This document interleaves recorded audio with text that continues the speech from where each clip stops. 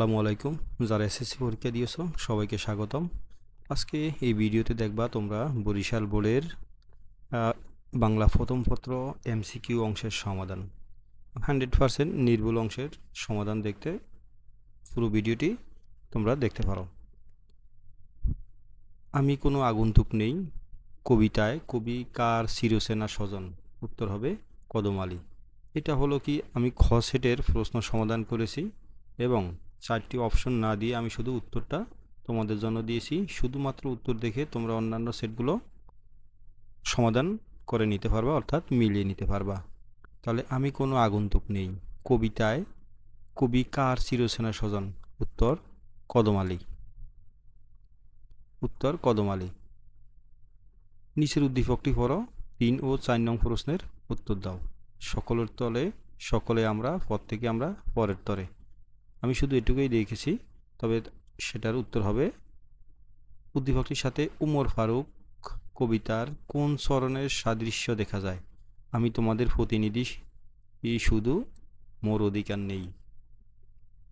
সাদৃশ্যপূর্ণ চরণে প্রকাশ পেয়েছে, তিনটি প্রকাশ পেয়েছে মানব প্রেম, আত্মত্যাগ এবং দায়িত্বশীলতা। উত্তর হবে 3টি, 1, 2, 3। আমি কোনো আগন্তুক নেই কবিতায় কবির ব্যথায় লাগলে হাত রাখতে বলার উদ্দেশ্য কি? কবির ব্যথায় লাঙ্গলে হাত রাখতে বলার উদ্দেশ্য কি? উত্তর অস্তিত্ব প্রমাণ করা। এবারে তুমি গিয়ে ভালো করে খাও প্রবাস বন্ধু গল্পের এ উক্তিতে লেখকের কোন অনুভূতি প্রকাশ পেয়েছে? উত্তর বিরক্তি। তোমাকে পাওয়ার জন্যে হে স্বাধীনতা কবিতায় শাহবাজপুরের জোয়ান কৃষকের নাম কি? উত্তর সগির আলী। বোশেখ কবিতায় বাবুই পাখির বাসা কথাটি কাদের সম্পর্কে বলা হয়েছে? উত্তর টুনটুনি। তোমরা শুধুমাত্র উত্তরগুলো মিলাবে, 4টি অপশন না, শুধু উত্তরগুলো মিলালে তোমরা সব সেটের সমাধান করতে পারবা। তো কেউ যদি আমার চ্যানেলে নতুন হয়ে থাকো অবশ্যই চ্যানেলটি সাবস্ক্রাইব করো এবং নতুন নতুন ভিডিও পেতে এবং সবগুলো প্রশ্নের সমাধান তোমরা আমার এই চ্যানেলে পেয়ে যাবা। গৃহে কঠিন কথা শুনলে সুবা কোথায় যেত? উত্তর গৃহে কঠিন কথা শুনলে সুবা গোয়ালঘরে যেত। আম আটির বেফু গল্পে হরিহর রায়ের জ্ঞাতি ভ্রাতার নাম কি? উত্তর নীলমণি রায়। বই পড়া প্রবন্ধে দাওয়াই বলতে কাদেরকে বোঝানো হয়েছে?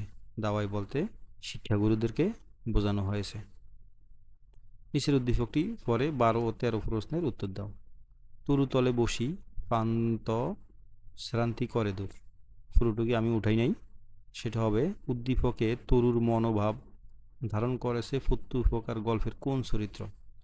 আর দেমাস্কাসের সম্ভ্রান্ত ব্যক্তি। উত্তর হবে দেমাস্কাসের সম্ভ্রান্ত ব্যক্তি।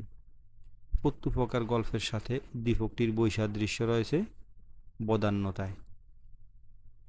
যে বলিবে হজরত মরিয়াছেন তাহার মাথা যাইবে, হজরত ওমরের কোন মনোভাবের বহিঃপ্রকাশ ঘটেছে? উত্তর ভালোবাসা। মোরা একটি ফুলকে বাঁচাবো বলে যুদ্ধ করি, এই চরণ দুটির অনুভূতি ধারণ করেছে তোমাকে পাওয়ার জন্যে হে স্বাধীনতা কবিতার কোন চরিত্র? উত্তর তেজি তরুণ। বৃষ্টি কবিতায় তৃষিত বনের সাথে কি জেগে ওঠে? তৃষাতপ্ত মন। বৃষ্টির কবিতায় তৃষিত বনের সাথে কি জেগে ওঠে? উত্তর তৃষাতপ্ত মন। নিম গাছের কোন অংশটি যকৃতের পক্ষে ভারী উপকারী? উত্তর পাতা। শিক্ষা ও মনুষ্যত্ব প্রবন্ধে নিচের তলার বিশৃঙ্খলা বলতে কি বোঝানো হয়েছে? উত্তর জরাজীর্ণ অবস্থা। 21-এর গল্প রচনায় সবার চাইতে বয়সে ছোট কে? উত্তর তফু। কপোতাক্ষ নদ কবিতায় কবি সাগরকে কি হিসেবে কল্পনা করেছেন? উত্তর রাজা হিসেবে কল্পনা করেছেন। প্রবাস বন্ধু রচনায় লেখক কি দেখে থ হয়ে দাঁড়িয়েছেন? খাবারের পরিমাণ দেখে থ হয়ে দাঁড়িয়েছেন। উদ্দীপকটি ঘরে 22 এবং 23 নম্বর প্রশ্নের উত্তর দাও। সেটা ছিল ভাষা আন্দোলনের সময় পাকিস্তান সরকার 144 দ্বারা জারি করে। আমি সবটুকু উঠাই নেই, সেটা দেখো। উদ্দীপকের সুমন ও সেলিম 21-এর গল্প রচনার কোন চরিত্রদ্বয়ের সাথে তুলনীয়? উত্তর হবে রাহাত ও গল্পকথক। রাহাত ও গল্পকথক। উদ্দীপকে ধারণ করে একুশের গল্প রচনায় বর্ণিত।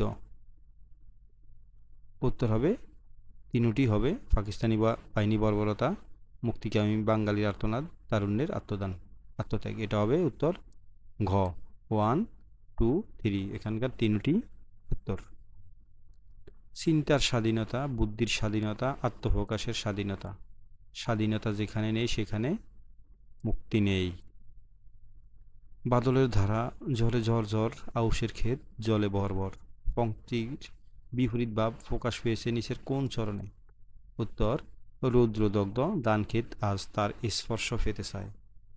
উত্তর রৌদ্রদগ্ধ ধানক্ষেত আজ তার স্পর্শ পেতে চায়। কিসের স্পর্শ পেতে চায়? আউশের ক্ষেত জলবাজারে বাদল দ্বারা মানে বৃষ্টির স্পর্শ পেতে চায়। জীবন বিনিময় কবিতায় উষার পূর্বাভাস বলতে কি বোঝানো হয়েছে? উত্তর দুরাশার অবসান। সাগরের সৈকতে কে যেন দূর হতে আমাকে ডেকে ডেকে যায়। এই কবিতাংশে নিমগাছ গল্পের কোন ভাবের প্রতিফলন ঘটেছে? উত্তর অবহেলা। উত্তর অবহেলা। তোমাকে পাওয়ার জন্যে হে স্বাধীনতা কবিতায় তেজি তরুণের পদভারে ব্যক্ত হয়েছে তিনটি: সাহসিকতা, দেশপ্রেম এবং দৃঢ় প্রতিজ্ঞা। উত্তর হবে 1, 2, 3 অর্থাৎ তিনটি এটার উত্তর। জীবন বিনিময় কবিতায় দৃপ্ত শব্দটি কোন অর্থে ব্যবহৃত হয়েছে? উত্তর উদ্যত শব্দের অর্থে ব্যবহৃত হয়েছে। দুগ্ধ স্রোতরূপী তুমি জন্মভূমি স্তনে এই পংক্তির কবির মনের ভাব প্রকাশ পেয়েছে, সেটার উত্তর স্মৃতিকাতরতা। দুগ্ধ স্রোতরূপী তুমি জন্মভূমি স্তনে এই পংক্তিতে কবির মনের ভাব প্রকাশ পেয়েছে স্মৃতিকাতরতা। এই ছিল বরিশাল বোর্ডের প্রশ্নের সমাধান। তোমরা অবশ্যই আমার চ্যানেলটি সাবস্ক্রাইব করবে এবং আমি প্রতিদিনের যে তোমাদের এমসিকিউ সলভগুলো আমার এই চ্যানেলে করে দেবো। তো আজ এই পর্যন্তই। আসসালামু আলাইকুম।